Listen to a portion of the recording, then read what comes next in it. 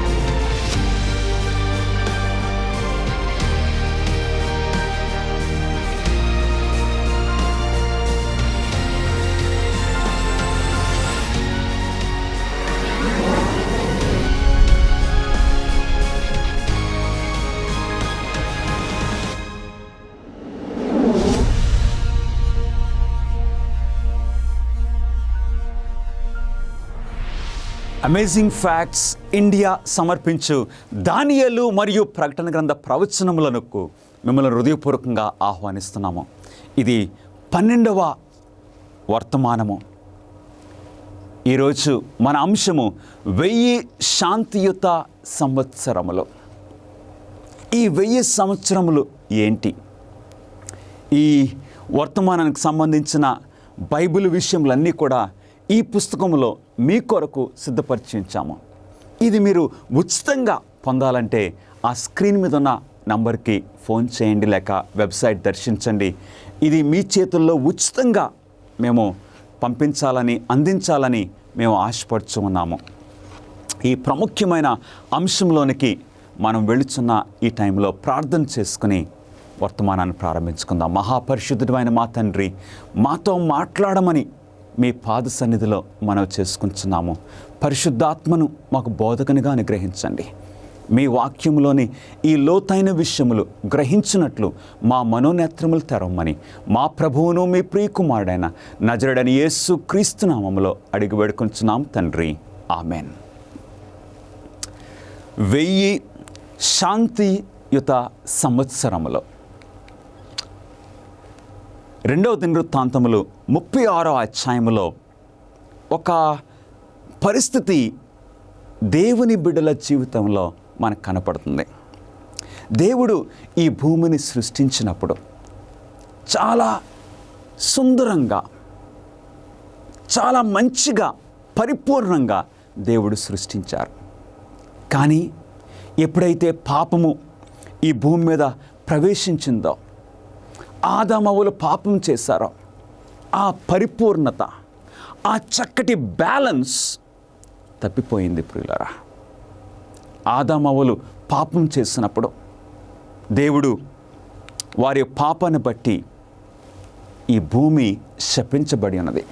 ఆదికాండము 3వ అధ్యాయము 19వ వచనంలో, నీ ముఖపు చెమట కార్చి ఆహారము తిందువు. ఈ భూమి శపింపబడింది. అంత మాత్రమే కాదు, అటు తర్వాత ఆదామవ్వలకి పుట్టిన కయీను, హేబేలు వారి జీవితంలో కయీను హేబేలును చంపివేశాడు. దుర్మార్గతలో కయీను నిలిచిపోయినప్పుడు ఈ భూమి మరొకసారి శపించబడింది. ఆదికాండము 4వ అధ్యాయము 12వ వచనములో, నీవు నేలను సేద్యపరిచినప్పుడు అది తన సారమును ఇక మీదట నీకియ్యదు. రెండవసారి ఈ భూమి శపింపబడింది. ఈ భూమి తన సారమును నీకు ఇయ్యదని దేవుని యొక్క వాక్యము సెలవిస్తున్నది. గమనిస్తున్నారా ప్రియులరా? ఈ భూమి ఎంత ఫలవంతమైన భూమి, ఎంత పరిపూర్ణంగా ఉండవలసిన ఈ భూమి ఏ విధంగా తన సారం తగ్గిపోయిందో మనం చూస్తూ ఉన్నాము. అటు తర్వాత ఇశ్రాయేలు ప్రజలు వారు కానాను దేశంలో వారు స్థిరపడిన తర్వాత దేవుడు వారికి ఒక విషయము తెలియజేశారు. ఏమనంటే, నిర్గమకాండము 23వ అధ్యాయము 10-11 వచనాల్లో, 6 సంవత్సరములు నీ భూమిని విత్తి దాని పంట కూర్చుకొనవలెను, 7వ సంవత్సరమున దానిని బీడు విడవవలెను, అప్పుడు నీ ప్రజలలోని బీదలు తినవచ్చును. దేవుడు ఏం ఉద్దేశించారు? దేవుని ప్రజలు వారు పంటలు నాటినప్పుడు 6 సంవత్సరాలు మీరు పండించుకోండి, 7వ సంవత్సరము దానిని బీడు విడవవలెను. ఎందుకు 7వ సంవత్సరం అలా విడిచిపెట్టాలని దేవుడు ఉద్దేశించారో తెలుసా? భూమి తన సారమును మరలా సంపాదించుకుంటుందని అది మొట్టమొదటి కారణము. తర్వాత 2వ కారణము, ఒకవేళ మనకు మామిడి తోట ఉందనుకుందాం, 6 సంవత్సరాలు పంట మీరు తీసుకోండి, 7వ సంవత్సరం అలా విడిచిపెట్టేసేయండి. ఆ మామిడి చెట్లు కాయలు కాస్తాయి, అప్పుడు బీదలు వాటిని తింటారు, జంతువులు వాటిని తింటారు. అంటే దేవుని యొక్క ఎకానమీలో, దేవుని యొక్క పద్ధతిలో ఇక పేదలు అనేది ఉండకూడదని దేవుడు ఉద్దేశించి ఇలాంటి ప్రణాళికను ఏర్పాటు చేశారు. కానీ ఏమైంది? దేవుని ప్రజలు దేవునికి విధేయత చూపించలేదు. ఇశ్రాయేలు ప్రజలు ఇక అనేక సార్లు అవిధేయతలో ఇక ఆ భూమిని ప్రతి సంవత్సరం పండించుకోవటమే మనము వారి చరిత్రలో చూస్తూ ఉన్నాము. దేవుని మాటకు అవిధేయత చూపించారు. అందుగురించి దేవుడు ఏం చేశారో తెలుసా? 2వ దినవృత్తాంతంలో 36వ అధ్యాయము 19వ వచనములో, అదియుగాక కల్దీయులు దేవుని మందిరమును తగులబెట్టి యెరూషలేము ప్రాకారమును పడగొట్టి దాని యొక్క నగరులన్నింటినీ కాల్చివేశారు. ఏం జరిగింది? దేవుని ప్రజలు ఈ విధంగా కొనసాగుచూ ఉన్న ఈ పరిస్థితుల్లో దేవుడు బబులోనీయులను, కల్దీయులంటే బబులోనీయులను యెరూషలేము మీదకి పంపించారు. ఈ బబులోనీయులు యెరూషలేము మీదకు వచ్చి యెరూషలేమును ఓడించి యెరూషలేములోని దేవుని ప్రజలను చెరగా బబులోనికి తీసుకుని వెళ్ళిపోయారు. అంత మాత్రమే కాదు, ఈ బబులోనీయులు ఏం చేశారో తెలుసా? యెరూషలేములోని ప్రజలను చాలా రక్తపాతానికి యెరూషలేము గురైంది. యెరూషలేము ప్రాకారములను వారు పడగొట్టారు. యెరూషలేములో ఉన్న అతి సుందరమైన ఆ దేవాలయమును వారు అగ్నితో కాల్చివేశారు. గమనిస్తున్నారా ప్రియులరా?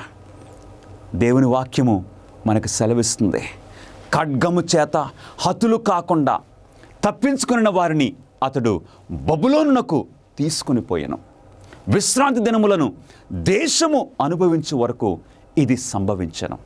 దేశము పాడుగానున్న 70 సంవత్సరముల కాలము అది విశ్రాంతి దినములను అనుభవించెను. గమనిస్తున్నారా? 6 సంవత్సరాలు మీరు పండించుకుని 7వ సంవత్సరము బీడుగా విడిచిపెట్టేసేయండి. కానీ వారు వినలేదు కాబట్టి దేవుడు ఏం చేశారు? కల్దీయులను అనుమతించారు. కల్దీయులు వారిని ఓడించారు, చెరగా తీసుకుని వెళ్ళిపోయారు.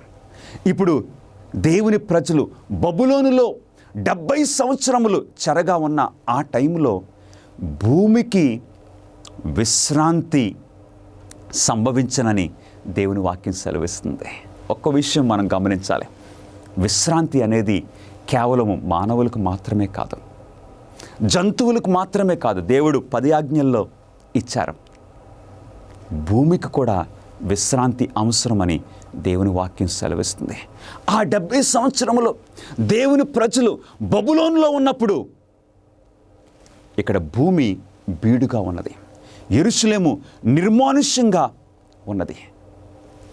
విశ్రాంతిని అనుభవించిందని దేవుని వాక్యం సెలవిస్తుంది.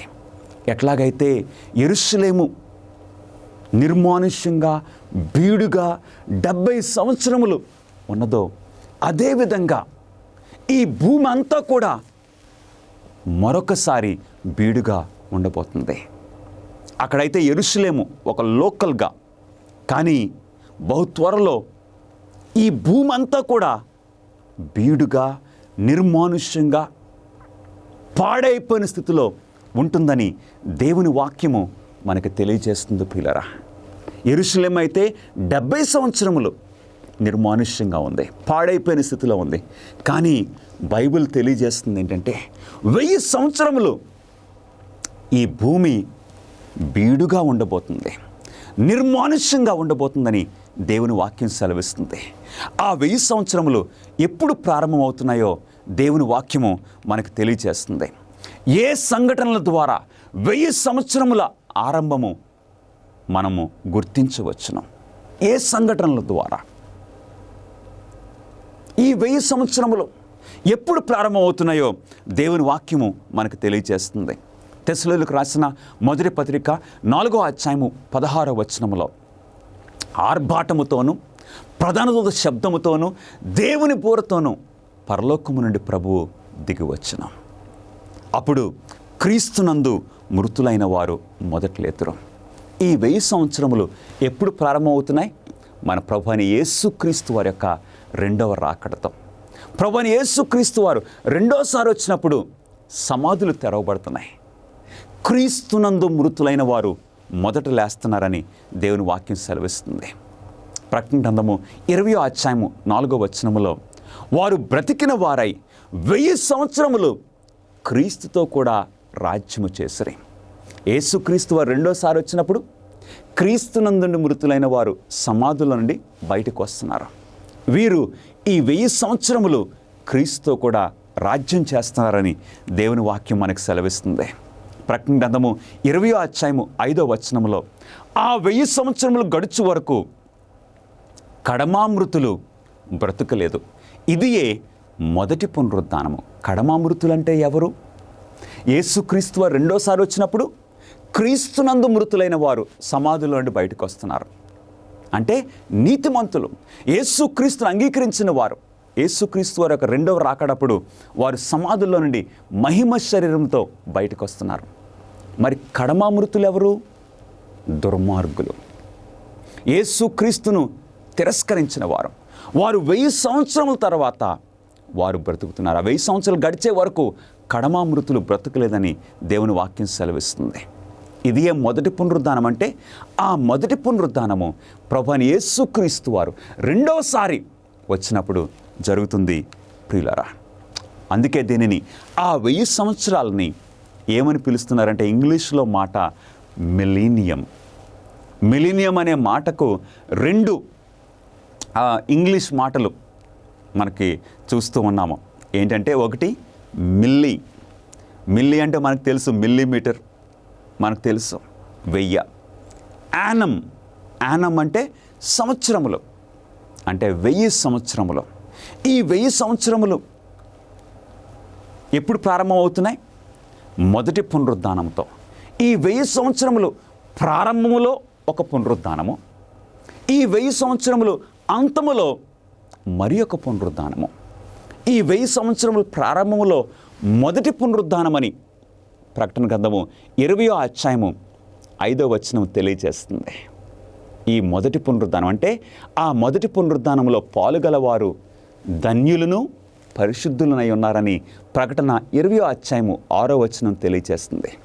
ఆ 1000 సంవత్సరములు గడిచిన తర్వాత మరొక పునరుద్ధానము, అది రెండవ పునరుద్ధానమని మనం చూస్తూ ఉన్నాము. ఇప్పుడు మొదటి పునరుద్ధానమందు ఇంకా ఏం జరుగును? ఆ మొదటి పునరుద్ధానము అప్పుడు ఏం జరుగుతుంది? 1 కొరింథీ 15వ అధ్యాయము 51వ వచనము, మనమందరము నిద్రించము కానీ నిమిషములో కడబూర మ్రోగగానే మనమందరము మార్పు పొందుదము. 1 కొరింథీ 15:15లో దేవుని వాక్యం సెలవిస్తుంది. ఆ మొదటి పునరుద్ధానము అంటే నీతిమంతులకు, పరిశుద్ధులు సమాధులను బయటకు వస్తున్నారు. ఆ టైంలో బ్రతికున్న మనము యేసుక్రీస్తు వరకు రెండో రాకడప్పుడు నీవు నేను బ్రతుకుంటే ప్రియ సహోదరుడా, సహోదరి, ఏంటండి, నిమిషములో కడమూరం మ్రోగగానే మనం మార్పు పొందుతాము. అంటే వారు సమాధుల్లో నుండి నీతిమంతులుగా మార్పు చెంది బయటకు వస్తున్నారు. బ్రతుకున్న మనము కూడా రెప్పపాటున మార్పు చెందబోతున్నాము. అప్పుడేం జరుగుతుంది? 1 కొరింథీ 15:52లో బూరం మ్రోగును, అప్పుడు మృతులు అక్షయులుగా లేపబడుదురు, మనము మార్పు పొందుదుము. గమనిస్తున్నారా ప్రియులరా? యేసుక్రీస్తు వారి యొక్క రెండవ రాకడతో ఈ 1000 సంవత్సరములు ప్రారంభం అవుతున్నాయి. ఆ టైంలో ఇంకేం జరుగుతుందో చూద్దాం. 1 కొరింథీ 15వ అధ్యాయము 53వ వచనము, క్షయమైన ఈ శరీరము అక్షయతను ధరించుకొనవలసినది, మర్త్యమైన ఈ శరీరము అమర్త్యతను ధరించుకొనవలసినది. దీనినే మహిమ శరీరం అని మనం పిలుస్తూ ఉన్నాము. అవును ప్రియులరా, యేసుక్రీస్తు వారి రెండవ రాకడతో ఇవన్నీ కూడా జరగబోతున్నాయి. రెప్పపాటున మనం మార్పు చెందబోతున్నాం. సమాధులను బయటకు వచ్చిన వారు బ్రతుకున్న మనము రెప్పపాటున మార్పు చెందబోతున్నాము. మన ఈ మర్త్యమైన అంటే ఈ మరణానికి లోనయ్యే ఈ శరీరములు, అలాగే రోగములకు లోనైన ఈ శరీరములు ఇప్పుడు అమర్త్యతను ధరించుకొనవలసి ఉన్నది. ఫిలిప్పీలకు రాసిన పత్రిక 3వ అధ్యాయము 21వ వచనములో ఆయన మన దీన శరీరమును తన మహిమ శరీరమునకు సమరూపము గలదానిగా మార్చును. ఇట్టి మార్పు యేసుక్రీస్తు వారి యొక్క రెండవ రాకడప్పుడు జరుగుతున్నదని దేవుని వాక్యము సెలవిస్తుంది ప్రియులరా. ఆ టైంలో ఇంకేం జరుగుతుంది? అప్పుడు ఆ ధర్మ విరోధి బయలుపరచబడను.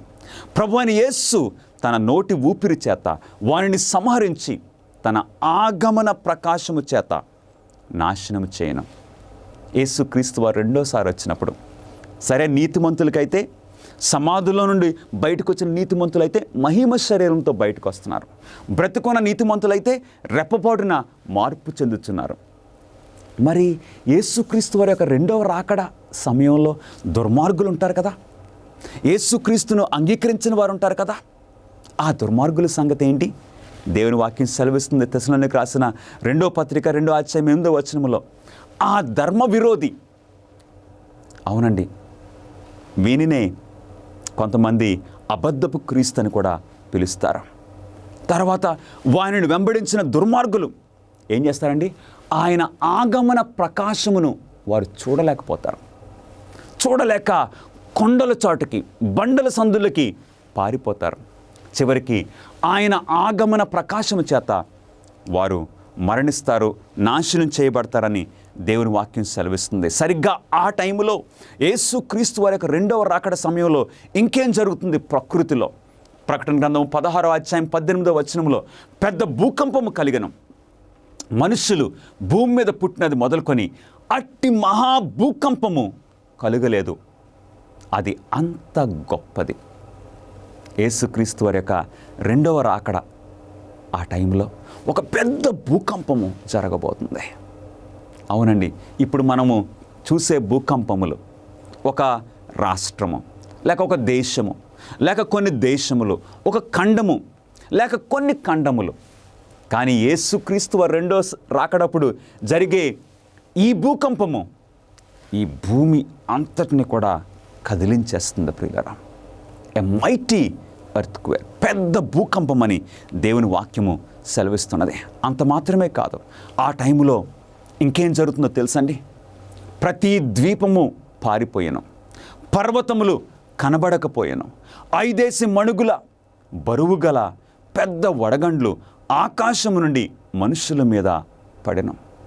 అంటే 5 మణుగులంటే 30 నుండి 35 కిలోల ఒక రాయి లాంటిది ఆకాశం అంత ఎత్తు నుండి పడితే ఇంకేమన్నా మనుషులు బ్రతకగలరా? ఈ బిల్డింగుల సంగతి ఏంటి గమనిస్తున్నారా ప్రియులారా? యేసుక్రీస్తు వారి యొక్క రెండవ రాకడ, ఎవరైతే యేసుక్రీస్తు వారిని అంగీకరించరో అట్టి వారికి అది చాలా భయంకరమైన దినము.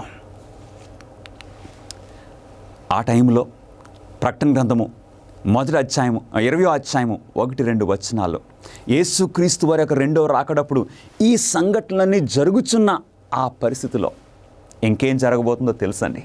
నాతో పాటు బైబిల్ చదువుదాం. ఒక దేవదూత ఆది సర్పమును అనగా అపవాదియు సాతానును ఆ ఘట సర్పమును పట్టుకుని 1000 సంవత్సరములు వానిని బంధించి అగాధములో పడవేశను. యోహాను చూస్తున్నాడు దర్శనంలో. ప్రకటన 20వ అధ్యాయం 1వ వచనంలో ఒక ఆకాశం నుండి, ఒక పరలోకం నుండి ఒక దూత పెద్ద సంకెళ్ళు పట్టుకొని ఆ దూత ఈ భూమి మీదకి దిగి వస్తున్నాడు. ఎవరిని పట్టుకోవడానికి? ఆ సంకెళ్ళతో ఎవరిని బంధించడానికి? ఎవరినో తెలుసా అండి? సాతానుడిని, అపవాదిని, ఈ మోసగాడిని, దేవుని మీద తిరుగుబాటు చేసిన ఈ శత్రువుని బంధించడానికి ఒక దేవదూత పరలోకం నుండి దిగువస్తున్నట్లు యోహాను చూశాడు. ఆ సాతానుని పట్టుకొని 1000 సంవత్సరములు వారిని బంధించి అగాధములో పడవేసనని దేవుని ఒక వాక్యము సెలవిస్తుంది. అగాధము అనగా ఏంటి? అగాధము అనే ఈ మాట గ్రీకు భాషలో అబుసోస్ అనే పదము నుండి వస్తుంది. అబుసోస్ అంటే ఏంటి? నిరాకారముగాను శూన్యముగాను. అంటే ఈ భూమి మీద, అంటే అగాధంలో పడవేయటం అంటే సాతానుడిని ఈ భూమి మీద బంధించబోతున్నారు ఆ పెద్ద సంకెళ్లతో. అంటే నిరాకారముగాను శూన్యముగాను ఉన్న ఈ భూమి మీద సాతానుడు బంధించబడతాడు. ప్రియులారా, లూకాసు వార్త 8వ అధ్యాయము 31వ వచనములో పాతాళము అంటే ఇంకొక మాట అగాధములోనికి పోవుటకు తమకు ఆజ్ఞాపింపవద్దని ఆయనను వేడుకొనెను. అక్కడ ఆ దెయ్యాలు అంటున్నాయి, మమ్మల్ని అగాధంలోకి పంపించొద్దు. ఎందుకంటే వారికి తెలుసు అగాధము ఒక టైం ఉన్నది. ఆ టైంలో దేవుడు వారిని అగాధంలోనికి పంపిస్తారని సాతాను యొక్క దూతలకి, దుష్ట దూతలకి తెలుసు. ప్రియులారా, 3వ ప్రశ్న, 2వ పునరుద్ధానములో ఎవరు లేపబడుదురు? ఇది ఎప్పుడు చోటు చేసుకొనును? ఎప్పుడు జరుగుతుంది ఈ 2వ పునరుద్ధానము? దేవుని వాక్యం సెలవిస్తుంది, సమాధులలో ఉన్న వారందరూ ఆయన శబ్దము విని మేలు చేసిన వారు జీవ పునరుద్ధానమునకును, కీడు చేసిన వారు తీర్పు పునరుద్ధానమునకును బయటకు వచ్చెదరు. మేలు చేసిన వారు జీవ పునరుద్ధానమునకును, కీడు చేసిన వారు తీర్పు పునరుద్ధానమునకును బయటకు వస్తారు. అంటే 2 పునరుద్ధానములు ఈ వాక్యంలో మనం చూస్తున్నాం. ఒకటి జీవ పునరుద్ధానము, మరొకటి తీర్పు పునరుద్ధానము. ఈ జీవ పునరుద్ధానాన్ని ప్రకటన రాసిన యోహాను మొదటి పునరుద్ధానం అని కూడా తెలియచేస్తున్నాడు. ఆ మొదటి పునరుద్ధానము ఈ 1000 సంవత్సరముల ప్రారంభంలో జరుగుతుంది. ఈ 1000 సంవత్సరముల అంతములో తీర్పు పునరుద్ధానము జరుగుతుందని దేవుని వాక్యం చూస్తుంది. ప్రకటన 20వ అధ్యాయము 5వ వచనము, ఆ 1000 సంవత్సరములు గడుచు వరకు కడమామృతులు బ్రతకలేదు. గమనిస్తున్నారా ప్రియులరా? అంటే దుర్మార్గులైన ఈ మృతులు లేక ఆ తీర్పు పునరుద్ధానము, ఎందుకంటే వారు కీడు చేసిన వారు, దుర్మార్గులు, వారు ఎప్పుడు లెగిస్తున్నారు? ఆ 1000 సంవత్సరములు గడుచు వరకు కడమామృతులు బ్రతకలేదు. 4వ ప్రశ్న, 1000 సంవత్సరాలను ప్రారంభించే వినాశనకరమైన భూకంపం మరియు వడగండ్ల తర్వాత భూమి ఏ స్థితిలో విడిచిపెట్టబడుతుంది? ఆ 1000 సంవత్సరములు ప్రారంభమైన తర్వాత, ఆ 1000 సంవత్సరముల కాలములో భూమి ఏ స్థితిలో ఉంటుంది? ఆ 1000 సంవత్సరాల టైంలో భూమి పరిస్థితి ఏ విధంగా ఉంటుందో దేవుని వాక్యము మనం చూద్దామండి. ఈ భూమి ఆ 1000 సంవత్సరాల పరిస్థితి గురించి 2 ప్రవక్తలు, ప్రాముఖ్యంగా యెషయా ప్రవక్త, ఇర్మియా ప్రవక్త మనకు తెలియజేస్తున్నారు. యెషయా ప్రవక్త ఏమంటున్నారో చూద్దాం.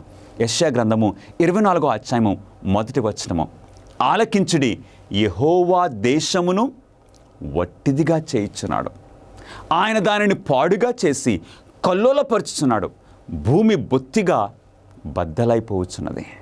అంటే ఈ భూమిని వట్టిదిగా, ఖాళీగా చేస్తున్నారని యెషయా ప్రవక్త తెలియజేస్తున్నాడు. ఆ 1000 సంవత్సరముల కాలంలో ఈ భూమి ఎట్లా ఉంటుంది? ఖాళీగా, వట్టిదిగా. గమనిస్తున్నారా ప్రియులారా? ఇంకా ఇర్మియా ప్రవక్త కూడా ఈ విధంగా తెలియజేస్తున్నారు. ఇర్మియా గ్రంథము 4వ అధ్యాయము 23వ వచనములో, నేను భూమిని చూడగా అది నిరాకారముగాను శూన్యముగాను ఉండెను, ఆకాశము తట్టు చూడగా అచ్చట వెలుగు లేకపోయాను. ఆ 1000 సంవత్సరాల టైంలో ఈ భూమి ఖాళీగా, శూన్యంగా, ఒట్టిదిగా ఉండడం మాత్రమే కాదు, ఇంకేంటండి, ఈ భూమి వెలుగు లేదు, చీకటితో ఉంటుంది. ఆ 1000 సంవత్సరముల టైం. అందుకే దానిని అగాధమని పిలుస్తూ ఉన్నారు. ఇంకా ఇర్మియా ప్రవక్త రాస్తూ ఉన్నాడు, పర్వతములను చూడగా అవి కంపించుచున్నవి, నేను చూడగా నరుడు ఒక్కడును లేకపోయాను, ఆకాశ పక్షులన్నీ ఎగిరిపోయి ఉండను. ఇప్పుడు చూద్దామండి, ఆ 1000 సంవత్సరముల టైంలో ఈ భూమి పరిస్థితి ఎలా ఉంటుంది? నిరాకారంగా ఉంటుంది, అంటే శూన్యంగా, ఖాళీగా ఉంటుంది. అంత మాత్రమే కాదు, చీకటితో నిండి ఉంటుంది. ఇంకా మనుషులెవ్వరూ కూడా ఈ భూమి మీద లేరు. పక్షులేమీ కూడా, జంతువులేమీ కూడా ఈ భూమి మీద లేదు.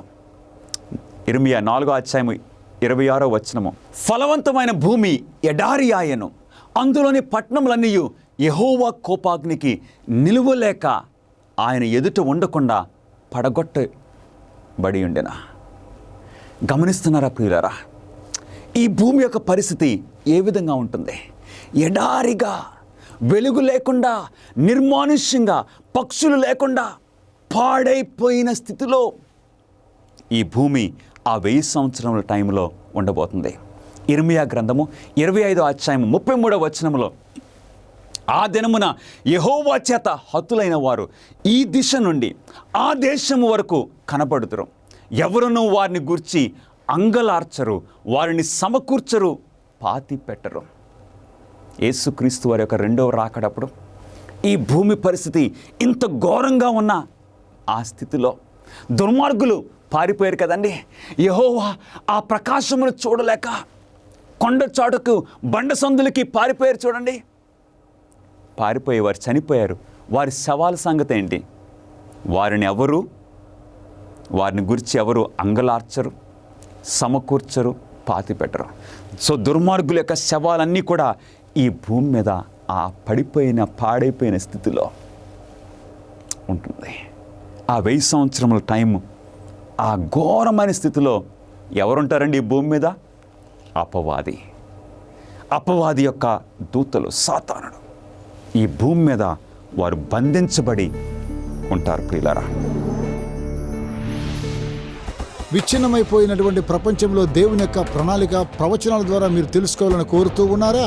ఆచరణాత్మకమైనటువంటి గొప్ప సవాళ్లను మీరు ఎదుర్కోవాలనుకుంటే మిమ్మల్ని ఉత్సాహపరుస్తున్నాం. అమేజింగ్ ఫ్యాక్ట్స్ వారు బైబిల్ చదువుకునేటువంటి గైడ్స్ మీ కొరకై 27 పుస్తకాలను మీకు అనుగ్రహిస్తున్నారు. అద్భుతమైనటువంటి గ్రాఫిక్స్ ద్వారా మీరు అర్థం చేసుకోవడానికి నేరుగా మీకు సమాధానం దయచేస్తూ ఉన్నారు. ప్రతి చదువుకునేటువంటి ఈ గైడ్ ద్వారా బైబిల్లో సరైన సమాధానం గ్రహించుకోగలరు. మీ జీవితంలోని ప్రాముఖ్యమైన ప్రశ్నలకు సమాధానం ఇస్తుంది. ఏ విధంగా మీరు సంబంధాన్ని పెంచుకోగలరు, ప్రభువైన యేసుక్రీస్తు వారు ఎప్పుడు రాబోతూ ఉన్నాడు, ఇంకా ఎన్నో విషయాలను తెలుసుకోవచ్చు. భవిష్యత్తులో ఈ యొక్క విలువైన విషయాన్ని కోల్పోకండి. మీ జీవితాన్ని రూపాంతరపరుస్తూ ఉన్నాయి అమేజింగ్ ఫ్యాక్ట్స్ వారు ఇచ్చేటువంటి బైబిల్ చదువుకునే పుస్తకం.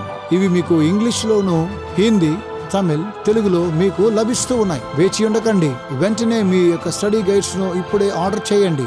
AFTV.in అనేటువంటి మా వెబ్సైట్ ని సంప్రదించి వెంటనే పొందండి. 1000 సంవత్సరాలలో పరిశుద్ధులు ఎక్కడ ఉంటారు, వారు ఏం చేస్తారు?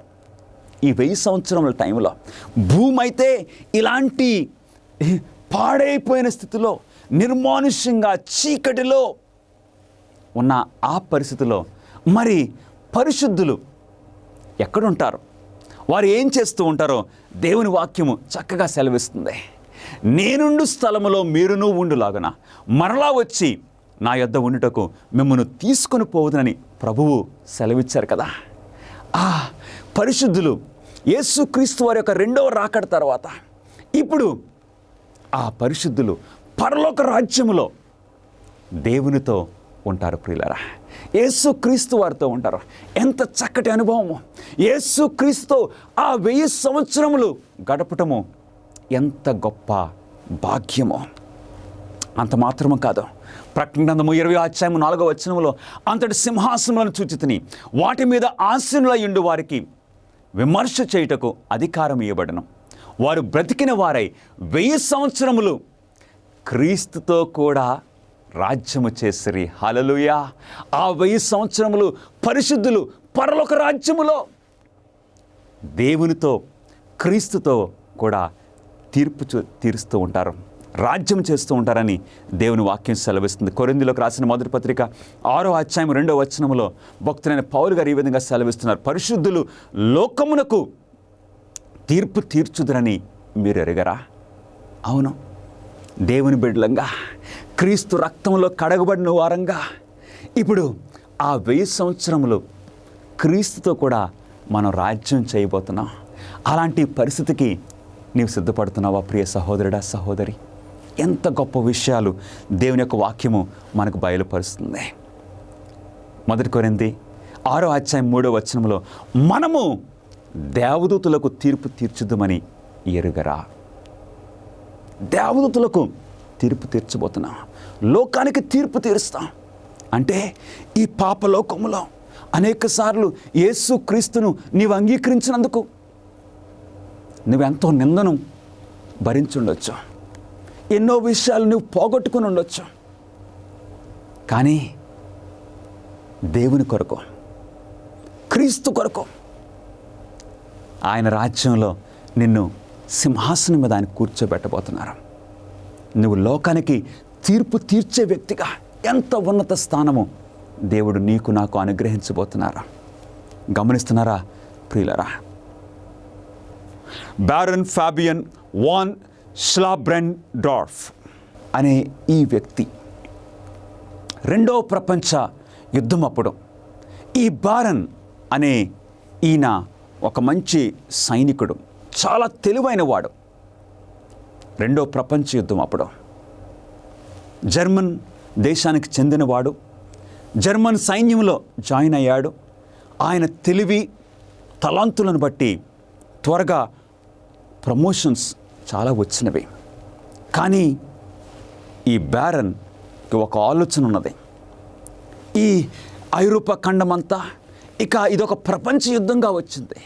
ఇదేమో అడాల్ఫ్ హిట్లర్ ద్వారా ప్రారంభమైన ఈ యుద్ధము హిట్లర్కి కొంచెం మతి సరిగా లేదని ఈయనకు అనిపించింది. హిట్లర్ ఇంత రక్తపాతము, ఇంత ఆస్తి నష్టము ఇలా చేస్తున్నాడు అని ఈ బ్యారన్ ఉద్దేశించి సరిగ్గా మార్చ్ నెల 13వ తేదీ 1943వ సంవత్సరంలో ఒకసారి హిట్లర్ ఇప్పుడు ఒక మిలిటరీని కొంచెం ఇన్స్పెక్ట్ చేయడానికి ఒక విమానంలో వచ్చినప్పుడు బ్యారన్ అక్కడున్నాడు.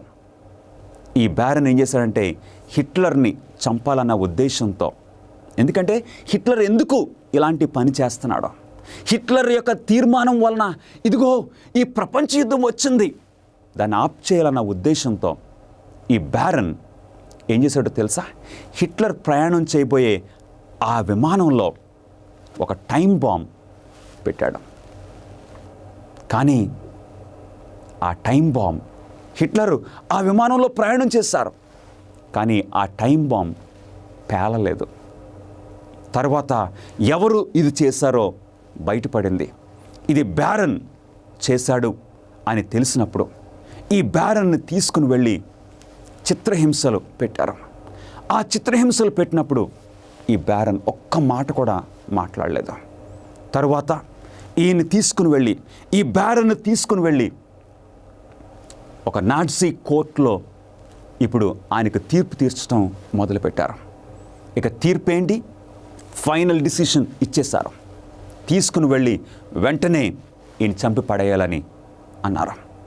ఇది యుద్ధ సమయం కాబట్టి ఇక వెంటనే చేయాలి అన్నారు. ఇప్పుడు వారు తీసుకుని వెళ్ళి బ్యారన్ని షూట్ చేసి చంపేస్తారు. ఆ డిసిషన్ ఇవ్వగానే ఆ యుద్ధ సమయంలో ఒక బాంబ్ ఆ కోర్టు మీద పేలింది. పేలేసరికి అంతా ముక్కలు ముక్కలు చెత్త అయిపోయింది. అందులో ఉన్న వారందరూ చనిపోయారు, ఒక్కడు తప్ప. బ్రతికి బయటపడిన ఏకైక వ్యక్తి ఆ బాంబు పేలుడులో బ్యారన్. ఇప్పుడు బ్యారన్, నా ప్రాణము ఇదో అద్భుతంగా నేను రక్షింపబడ్డానని ఇప్పుడు బ్యారన్ పారిపోయాడు. పారిపోయినప్పుడు ఆయన మరలా పట్టుకున్నారు. పట్టుకున్న పరిస్థితిలో మరలా ఆ టైంలో అమెరికా ఆర్మీ చేతుల్లో బ్యారన్ పడ్డాడు. కొన్ని సంవత్సరాల తర్వాత ఈ బ్యారన్ యొక్క తలాంతులు గమనించి ఈ బ్యారన్ని జర్మనీ దేశంలో ఒక న్యాయాధిపతిగా అయ్యాడు. గమనిస్తున్నారా ప్రియులరా? ఎక్కడైతే ఒక క్రిమినల్గా ఈయన తీర్పు తీర్చబడ్డాడో ఇప్పుడు అదే స్థానంలో ఒక జడ్జిగా కూర్చున్నాడు. అవును, రివర్సల్ ఆఫ్ రోల్స్ జరగబోతూ ఉన్నాయి. అవును, ఈ భూమి మీద నీవు నేను ఒక దోషిగా కొన్నిసార్లు మన మీద ఒక తప్పు తీర్పు ఇవ్వచ్చు. కానీ దేవుడు మనకి ఏం చేయబోతున్నారు తెలుసా? ఆ పరలోక రాజ్యంలో దేవుడు నిన్ను నన్ను తీర్పు తీర్చే ఆ ఉన్నతమైన స్థితిలో ఆ 1000 సంవత్సరములు యేసు క్రీస్తుతో రాజ్యము చేసే అవకాశము దేవుడు మనకి ఇవ్వబోతున్నారా? ఎంత గొప్ప విషయమో. 6వ ప్రశ్న, 1000 సంవత్సరముల కాలము ముగింపునందు ఏమి జరుగును? ఆ 1000 సంవత్సరములు పూర్తయినప్పుడు ఏం జరగబోతుంది? జకరియా గ్రంథము 14వ అధ్యాయము 1వ వచనములో, ఇదిగో యెహోవా దినము వచ్చుచున్నది, ఆ దినమున యెరూషలేము ఎదుట తూర్పు తట్టునున్న ఒలీవ కొండ మీద ఆయన పాదములుంచగా ఒలీవ కొండ నడిమికి విడిపోవును. ఏం జరగబోతుంది? ఆ 1000 సంవత్సరములు పూర్తి కాగానే ఒక గొప్ప సంఘటన ఆకాశములో మరియు భూమి మీద జరగబోతుంది. ఆకాశంలో ఏం జరగబోతుంది? ఆ పరలోక పట్టణము క్రిందికి రాబోతుంది ప్రియులరా. ఈ భూమి మీదకి దిగి రాబోతుంది. అదే టైంలో ఈ భూమి మీద సరిగ్గా ఏం జరుగుతుందో తెలుసండి? యెరూషలేములో ఉన్న ఆ ఒలీవ కొండ 2 ముక్కలుగా అది విడిపోయి ఆ పరలోక పట్టణము దిగటానికి ఒక స్థానంగా ఏర్పడబోతుంది. గమనించండి, ప్రకటన గ్రంథము 21వ అధ్యాయము 2వ వచనము, మరియు నేను నూతనమైన యెరూషలేము అను ఆ పరిశుద్ధ పట్టణమును తన భర్త కొరకు అలంకరింపబడిన పెండ్లి కుమార్తె వలె సిద్ధపడి పరలోకమందున దేవుని యొద్ద నుండి దిగి వచ్చుట చూచితిని. యోహాను చూస్తున్నాడు. చాలా చాలా వండర్ఫుల్గా ఉన్నది. ఆకాశము నుండి ఇప్పుడు ఒక పరలోకపు పట్టణము, ఆ పరలోకపు పట్టణము ఈ భూమి మీదకి దిగుతుంది. పెండ్లి కుమార్తె వలె సిద్ధపడి ఈ భూమి మీదకి దిగుతున్నట్లు యోహాను చూశాడు. ఆ టైంలో ఆ పరలోకపు పట్టణము ఈ భూమి మీదకి దిగుతున్న ఆ టైంలో ఇంకేం జరగబోతుంది?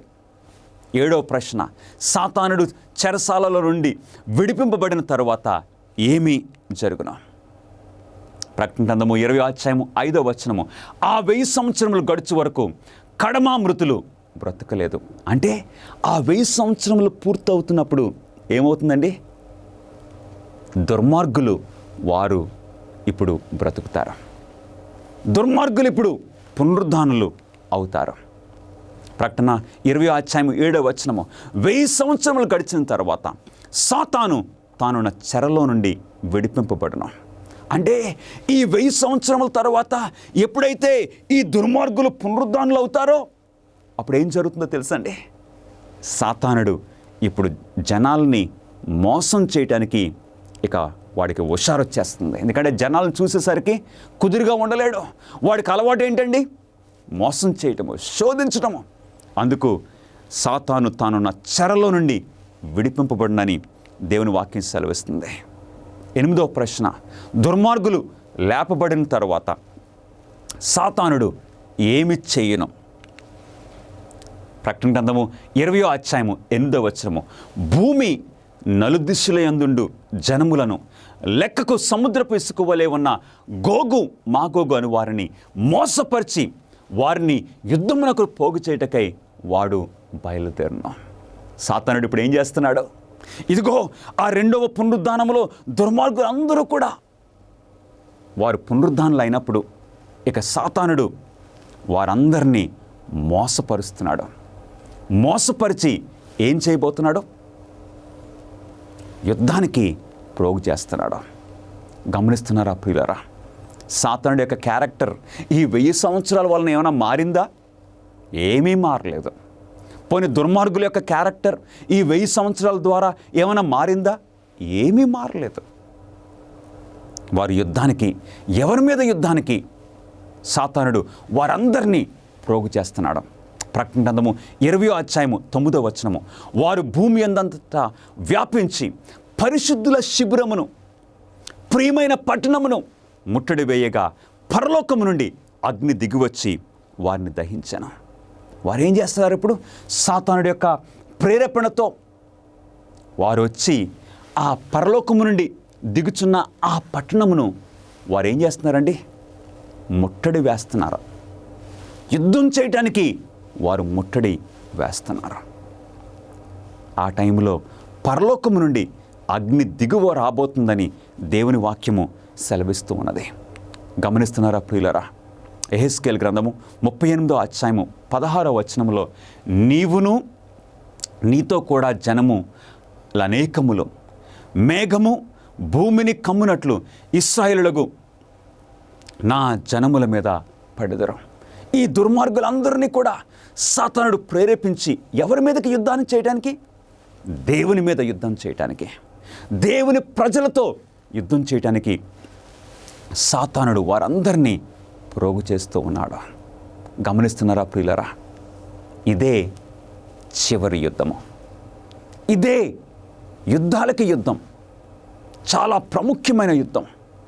ఎవరి మధ్యన జరగబోతుంది? దేవునికి సాతానుకు మధ్యన జరగబోతున్న ఈ యుద్ధానికి సాతానుడు ప్రజలందరినీ, ఈ దుర్మార్గులందరినీ ప్రోగు చేసినప్పుడు, ఈ కీలక సమయంలో సమస్తమును ఏది నిలిపివేయనో ఆ టైంలో ఏం జరగబోతుంది?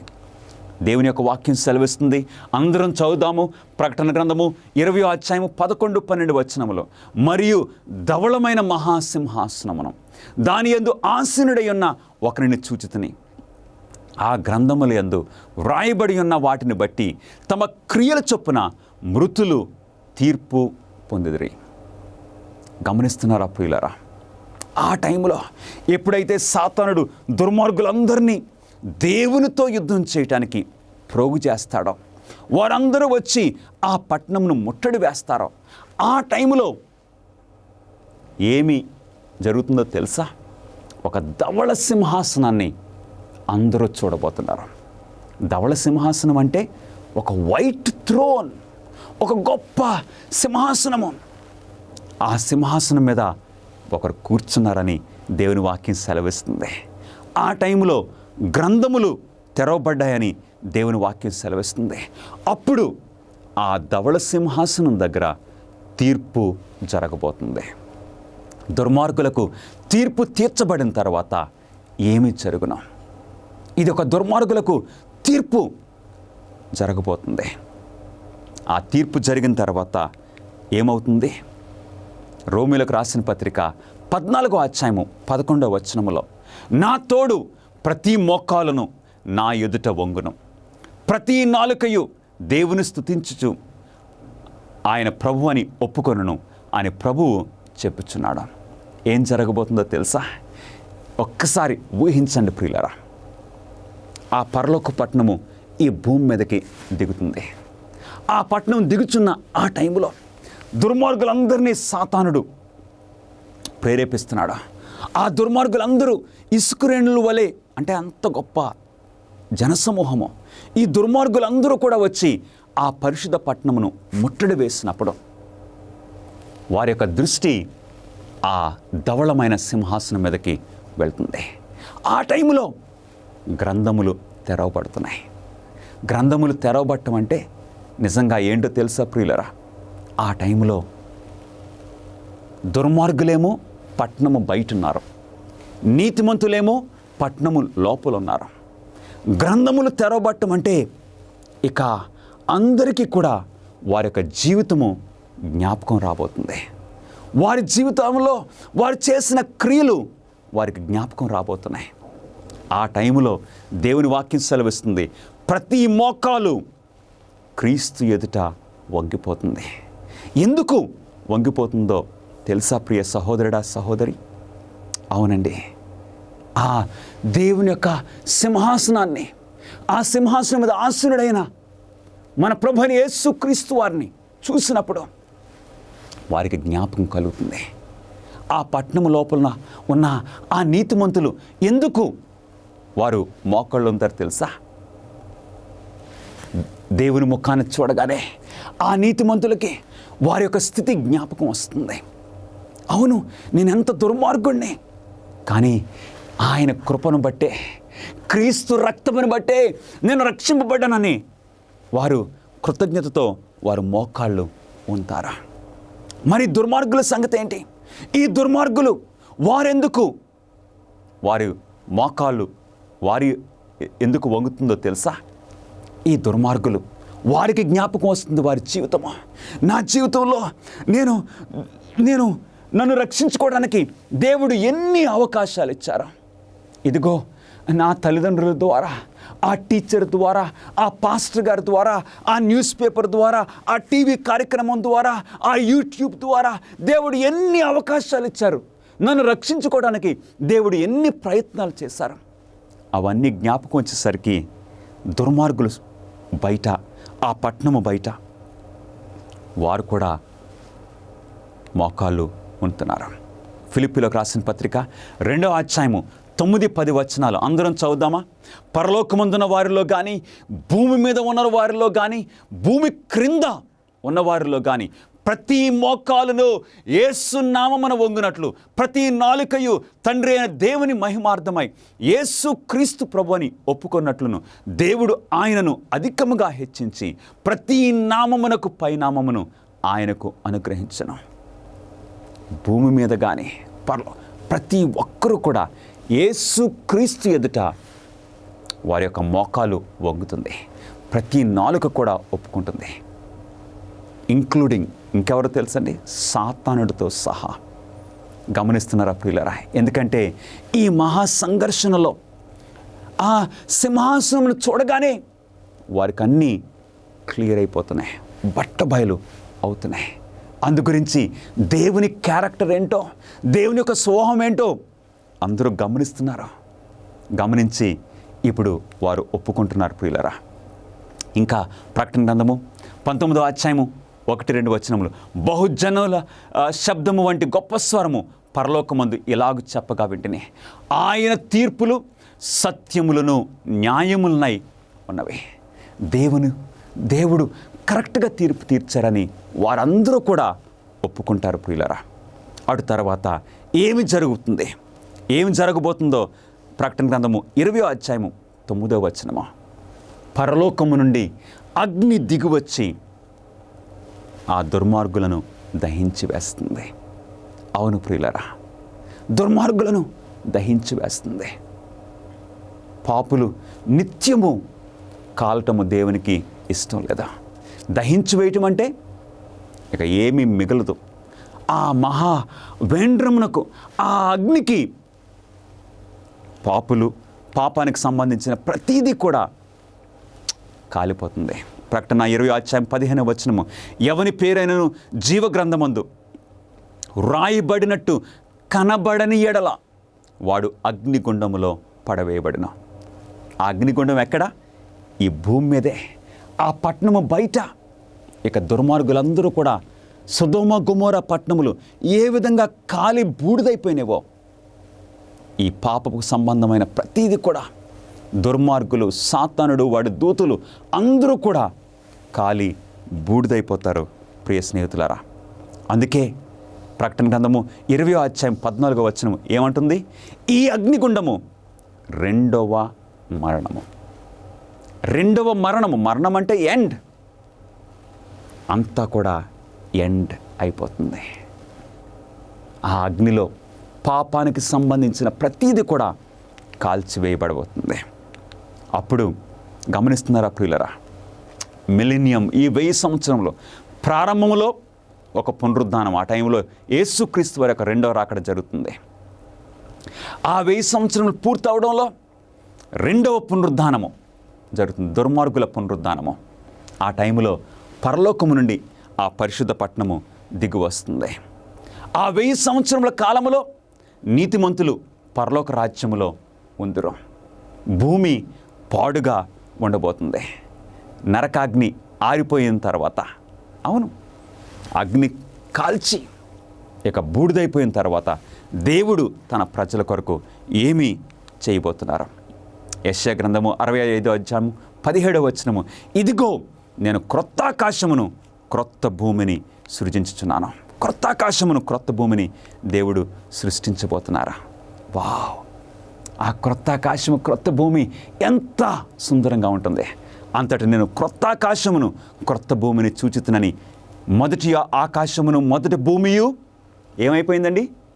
గతించిపోయాను. అవును, మొదటి ఆకాశం అంటే ఇప్పుడున్న ఈ అట్మాస్ఫియర్, ఈ భూమి పాపంతో నిండిపోయింది కాబట్టి గతించిపోయింది. 2 పేతురు 3:13 అయినను మనం ఆయన వాగ్దానమును బట్టి క్రొత్త ఆకాశముల కొరకును క్రొత్త భూమి కొరకును కనిపెట్టుచున్నాము, వాటి యందు నీతి నివసించును. ఎంత సంతోషకరమైన వార్త. దేవుడు మరియు నీతిమంతులు చివరికి ఎక్కడ నివసిస్తారు? ప్రకటన 21:3 ఇదిగో దేవుని నివాసము మనుషులతో కూడా ఉన్నది, ఆయన వారితో కాపురముండును. ఇక దేవుడు ఆయన ప్రజలతో ఉండబోతున్నారు. ఎంత సంతోషమో! తండ్రి కుమారులు, తండ్రి బిడ్డలు, కుటుంబం అంతా పరలోక కుటుంబం ఇప్పుడు ఈ భూమి మీద కుటుంబంతో ఐక్యం కాబోతుంది. అవును, మన విమోచకుణ్ణి విమోచించిన మనము ముఖాముఖిగా చూడబోతున్నాము, ఆయనతో కలిసి జీవించబోతున్నాము. సాత్వికులు ధన్యులు, వారు భూలోకమును స్వతంత్రించుకొందరు. ఏ భూలోకము? దేవుడు సృష్టించిన క్రొత్త ఆకాశము క్రొత్త భూమిని వారు స్వతంత్రించుకొని ఇక నిత్యము, ఎందుకంటే పాపము అంతమైపోయింది, సాతానుడు లేడు, ఇక శోధనలు లేవు, అబద్ధములు, మోసములు, రోగములు, దుఃఖములు, మరణములు లేవు. ఇక వారు సాత్వికంగా ఈ భూలోకములో క్రొత్త ఆకాశము క్రొత్త భూమిలో నిత్యము జీవిస్తారు. యేసు అనుగ్రహించే నిత్య జీవము మరియు క్రొత్త భూమిలో స్థలమును నీవు అంగీకరిస్తావా? ఇవన్నీ ప్రభువైన యేసుక్రీస్తు వారు నీ కొరకు నా కొరకు ఏర్పాటు చేస్తున్నారు. అంగీకరించడానికి నీవు ఇష్టపడుతున్నావా? ప్రియ సహోదరుడా, సహోదరి, యేసుక్రీస్తు వారి యొక్క రాకడ బహు సమీపంలో ఉన్నది.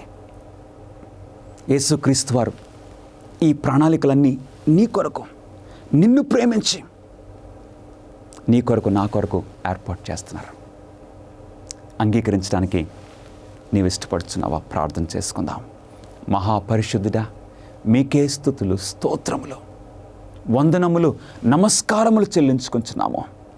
ఇంత చక్కటి ప్రణాళికలో నీ తీర్పులు న్యాయములను సత్యములనై ఉన్నవని ప్రభు మేము ఒప్పుకుంటున్నాము.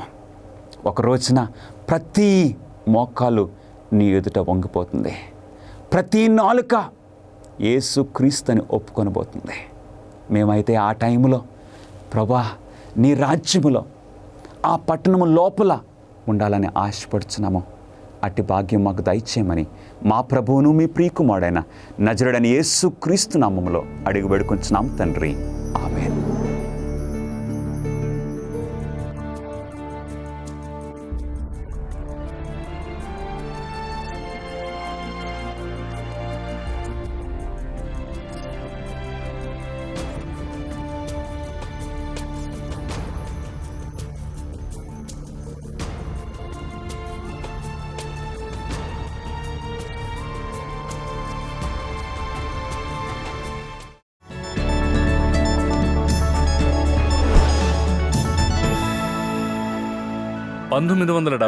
క్రిస్మస్ సందర్భంగా 17 ఏళ్ల జూలియన్ కోప్కే పెరూలోని లిమాలో తన తల్లితో కలిసి లాన్సా ఫ్లైట్ 508లో ఎక్కాడు.